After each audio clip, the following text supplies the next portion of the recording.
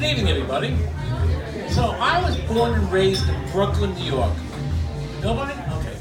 Anyway, as a young adult, the thing I would love to do more than anything else was to drive into Manhattan and go to discotheques. It's rotating crystal balls and strobe lights, and I really dug that music. It just blew my mind. And I wasn't even dropping acid at the time. I remember one special night, as soon as I went to the disco, there she was, the most beautiful girl I had ever seen. Stunning. And she was sucking on a Tootsie Roll lollipop.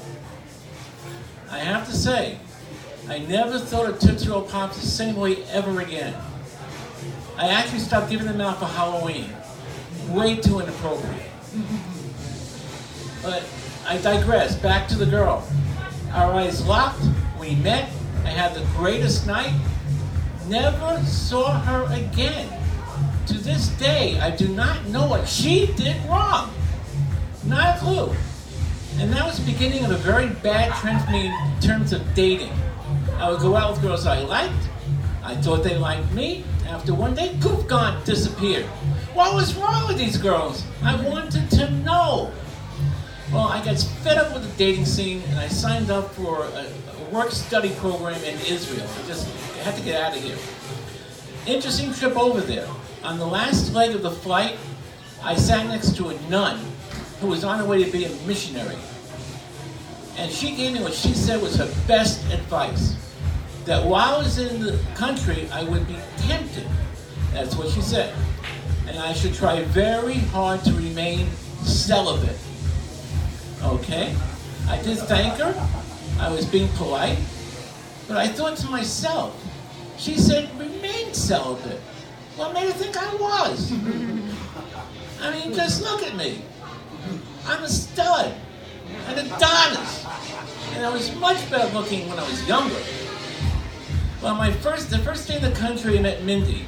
We hit it off right away, and we actually got married a year and a day later.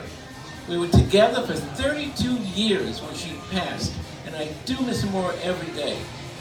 But when we were together, I never dared ask my wife why she, unlike those other girls, did not take off after our first date. Figuring if I did ask, she'd think about it, and poof, gone. I didn't do that. But now I've got to the time of my life when I'm thinking back on the good times, the bad times, decisions that were made, yada, yada, yada. And I gave some thought to why Mindy, unlike those other girls, did not leave after one date. It took me a while, but I did figure it out. And the answer shocked me. It turns out, from the day we met until the day we were married, we actually never did go on a date. I couldn't believe it. I never thought about it. On the kibbutz, we lived in a co-ed dorm.